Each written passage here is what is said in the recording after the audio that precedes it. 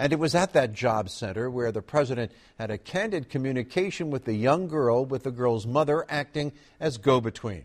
Action News reporter Katherine Scott talked to both mother and daughter tonight. Katherine, quite a story.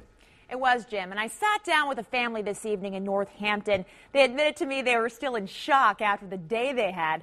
The mother, Tina Dixon, knew she was going to meet the president at the Career Center where she's been taking classes, but she says she never imagined she'd be carrying home a handwritten note from the President of the United States to her 10-year-old daughter. And she said, well, it's sealed. Don't read it. You're just supposed to give it to Mr. Obama. Those were the final instructions from Tina Dixon's 10-year-old daughter, Allison. Tina was set to meet the president at his visit to CareerLink, and when her daughter found out, she wasn't about to pass up this opportunity. It was just going through my head ever since my mom told me that she was going to meet the president, and one morning I woke up and I said, I'm going to write a letter to the president. So what does a 10-year-old ask of the president of the United States? It was pretty simple, really.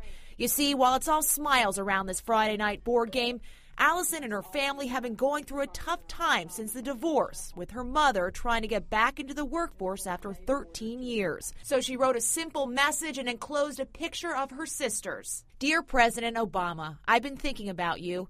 I want to give you this picture, and when you're having a hard time, look at it.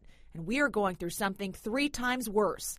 I want you to be happy. Do know that I'm one of many children that does not have it very good right now. I'm praying for you. Hope you do the same. So when it finally came for the big meet with the president, Tina passed along the letter. I'm going to read this letter in privacy. The press doesn't know what Allison wants.